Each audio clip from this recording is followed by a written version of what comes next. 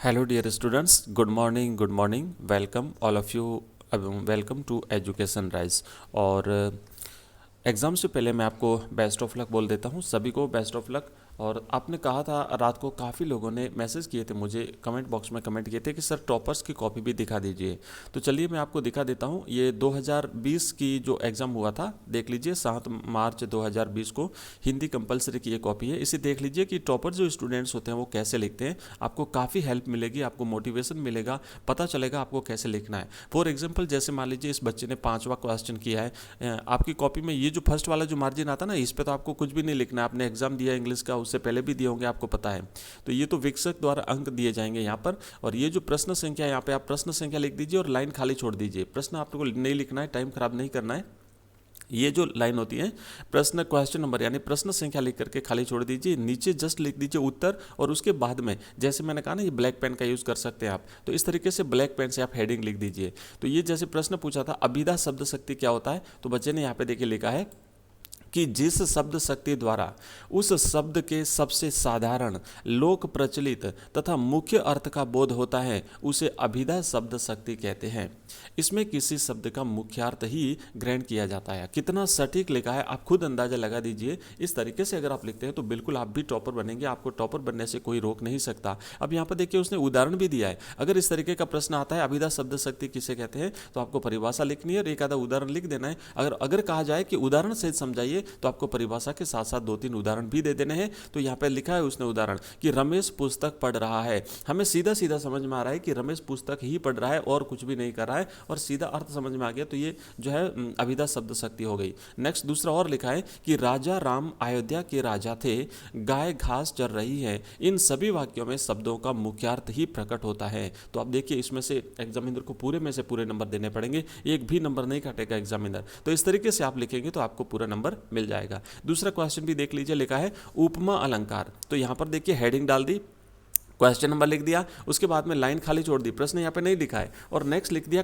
उसने लिख दिया उपमा अलंकार, हेडिंग डाल दी और फिर बता दिया उपमा अलंकार क्या होता है, उपमा अलंकार की परिभाषा, और उसके बाद में इसका उदाहरण। जहाँ पर किसी गुण धर्म की समानता के कारण दो वस्तुओं में तुलना की जाती है, अर्थात उपमेय और उपमान से समानता दर्शाई जाती है, वहाँ पर उपमा अलंकार होता है। उदाहरण है चंद्रमासा कांतिमय मुख रूप दर्शन है तुम्हारा। इस उदाहरण में मुख उपमेय कि सौंदर्य की प्रसिद्ध उपमान चंद्रमा से समानता दर्शाई गई है, अतः यहाँ पे उपमा अलंकार है। आइए फटाफट से मैं अब आपको बाकी वाली दिखा देता हूँ कॉपी, और अगर आप पढ़ना चाहें तो वीडियो को पॉज करके पढ़ लीजिएगा, ठीक है। जैसे रूपक अलंकार, तो मैंने आपसे पहले भी कहा था आप ब्लैक पेन अपने साथ में ले जाइए, या तो आप ब्लैक पेन से हेडिंग लगा दीजिए या फिर आप ब्लैक पेन से अंडरलाइन कर दीजिए, ताकि एग्जामिनर को स्पष्ट पता चल जाए कि आप क्या जो है वो लिख रहे हैं। और अगर नहीं भी है आपके पास ब्लैक पेन, तो चिंता करने की वाली बात नहीं है, आप उसी जो ब्लू पेन है आपके पास उसी से अंडरलाइन कर दीजिएगा। और ये जो हेडिंग लिखते हैं ना, उस हेडिंग वाली लाइन को खाली छोड़ दो और जस्ट उसके नीचे से यहाँ से लिखना शुरू करो, ताकि एग्जामिनर को स्पष्ट रूप से पता चल जाए कि आप कहाँ से क्या लिख रहे हैं। राइटिंग साफ सुथरी होनी चाहिए और कुछ बड़ा बड़ा लिखें, जैसे यहाँ पे लिखा है इस तरीके से, है ना। बहुत बड़ी कॉपी मिलती है, कभी नहीं भरेगी। रूपक अलंकार, यहाँ पर उसने रूपक अलंकार के बच्चे ने परिभाषा लिख दी और रूपक अलंकार का उदाहरण लिख दिया। बीती विभावरी जागरी, अंबर पनघट में डूबो रही, तारा घट उषा नागरी।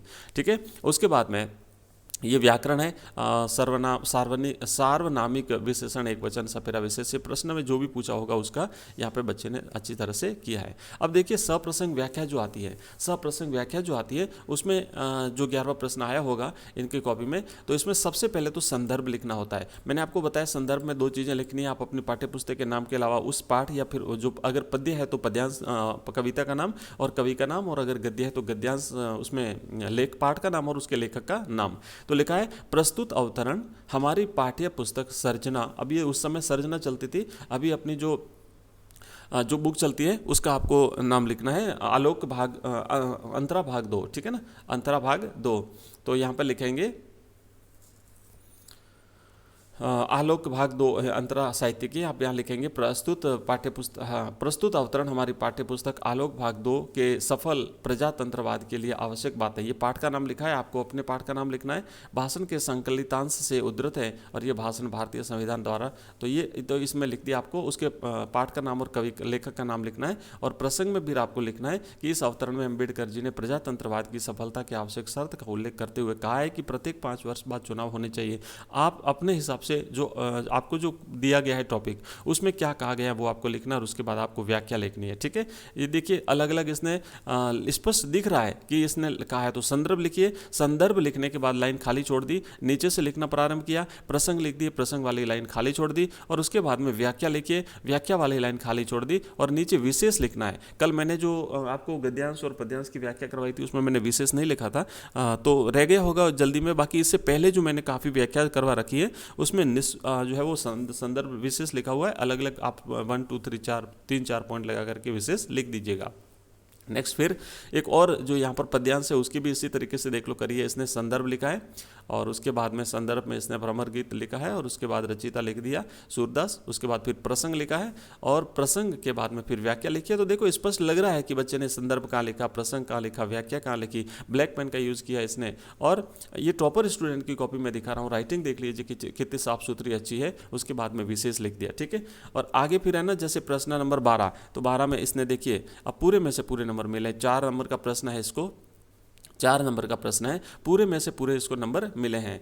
और प्रश्न संख्या लिख करके खाली छोड़ दीजिए और ध्यान रखना प्रश्न संख्या वही लगाएं जो प्रश्न आप अटेंड कर रहे हैं और जो आपको पहले आते हैं वो पहले कर दीजिए। नेक्स्ट लिखा वाजिद अली शाह के समय तो 2 में से 2 पूरे नंबर मिले हैं। यहाँ पर भी देख लीजिए 2 में से 2 पूरे नंबर मिले हैं। अब कहाँ काटेगा एग्जामिनर नंबर? अगर आप इस तरीके से लिख के आते हो ना तो एक भी नंबर आपके नहीं कटेगा, पूरे में से पूरे आपको नंबर मिलेंगे। ठीक है, कवि ने सूर्य पवन पक्षी, और देख लीजिए पूरा का पूरा। और मैं अंत में आपको दिखा देता हूँ। अब देखिए व्याकरण वाला टॉपिक है। लिपि जो है वो, लिपि क्या होती है? तो किसी भाषा की मौखिक ध्वनि को लिखकर व्यक्त करने के लिए जिन वर्तनी चिन्हों का प्रयोग किया जाता है उसे लिपि कहते हैं। संस्कृत, हिंदी, कोंकणी आदि भाषाओं की लिपि का नाम देवनागरी है।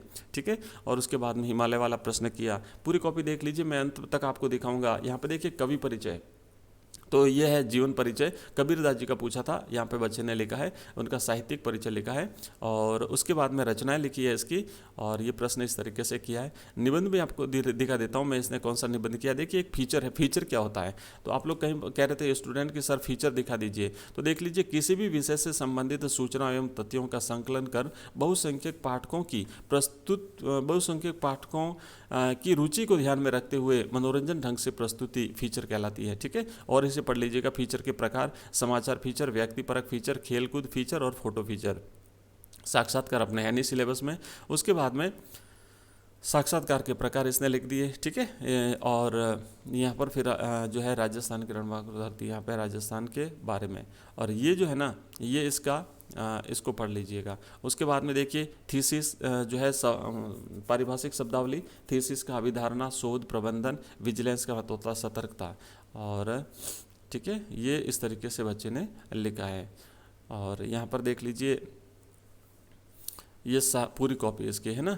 और यहाँ पर ये देखिए लिखा है इसने राजस्थान सरकार, शासन सचिवालय जयपुर, क्रमांक लिख दिया और इधर लिख दिया दिनांक लिख दी। सभी प्रशासनिक विभागों को सूचित किया जाता है कि हमारे राज्य में भी इस तरीके से सिंपल सा लिख लीजिए, सिंपल सा लिखाइए, बिल्कुल आपको पूरे में से पूरे नंबर मिल जाएंगे। डायरी लेखन हो गया। और यहाँ पर देखिए जो निबंध है, विशेष करके जो निबंध है, नारी सशक्तिकरण पर निबंध लिखा है। मैंने कहा था नारी सशक्तिकरण तो है ना एक प्रकार से सदाबहार टॉपिक है, सदाबहार टॉपिक है, हर एग्जाम में पूछा जाता है। तो निबंध की रूपरेखा पहले तो प्रस्तावना, नारी सशक्तिकरण की आवश्यकता, नारी सशक्तिकरण का महत्व, उपाय, उपसंहार, इस तरीके से आपको लिखना है। पूरा का पूरा पढ़ लीजिए, आप इसे वीडियो को पॉज करके पढ़ लीजिए। नारी सशक्तिकरण की आवश्यकता, ठीक है, और फिर है नारी सशक्तिकरण का महत्व और उपाय, और उसके बाद में ये पूरा का पूरा और उपसंहार, इस तरीके से जो है वो बच्चे ने लिखा है। और यहाँ पर देख लीजिए इसके बाद में जो बचे हुए पेज हैं वहाँ पर इन्हें क्रॉस करके काट दिया गया है।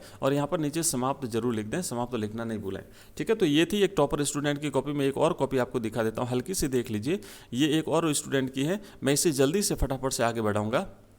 ये भी 2020 की है, जो मार्च 2020 में एग्जाम हुआ था। ये सबसे पहले क खंड किया है, ये इसने प्रश्न का आंसर लिखा है बच्चे ने, देख लीजिएगा। और बीच बीच में इसने क्या लाइन खींची है। अगर आप लोग लाइन नहीं खींचे ना तो कोई बात नहीं, लाइन खींचने की आवश्यकता नहीं है, लेकिन ध्यान रखिएगा आपको 1 या 2 लाइन छोड़ देनी है। प्रश्न जब एक प्रश्न खत्म होता है और उसके बाद में जब आप दूसरा प्रश्न करते हो तो गैप छोड़ दीजिए, 1 लाइन का या 2 लाइन का गैप छोड़ दीजिए, ठीक है। तो ये एक और स्टूडेंट की कॉपी है, और इसमें भी हम देख लेते हैं इसने जो है निबंध किस विषय पर लिखा है, निबंध किस विषय पर लिखा है, इसको भी हम यहाँ पर देख लेते हैं। जल्दी से फटाफट से हम निबंध देख लेते हैं।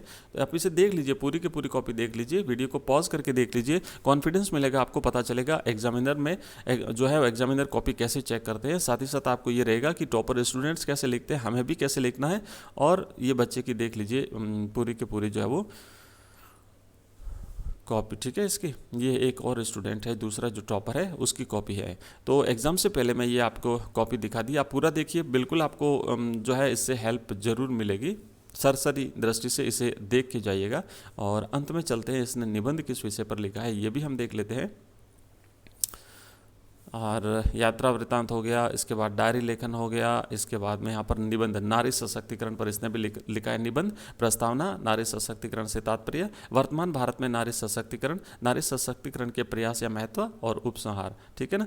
तो नारी निंदा मत करो, नारी गुण की खान, नारी से नर पूजते उठे जब प्रहलाद समान, ठीक है। तो ये है, तो ये मैंने आपको दिखाया। और बीच बीच में देखिए ना पद्य की लाइनें डाली इसने, नारी तुम पीयूष स्रोत की नारी तुम पीयूष स्रोत सी बहा करो, जीवन के सुंदर उपवन में नारी निंदा मत करो। और लिखा है नर के खाए क्या नारी की ना, ये तरीके से कुछ लाइनें इसने बीच बीच में लिख दी। आपको भी अगर याद है तो लिखिएगा। भारत की पहचान, लड़का लड़की एक समान, और जय हिंद जय भारत। और उसके बाद में बच्चे ने बाकी जो बचे हुए पेज है उन्हें काट दिया। तो मैं आशा करता हूँ ये आपको काफ़ी पसंद आया होगा। Thank you very much.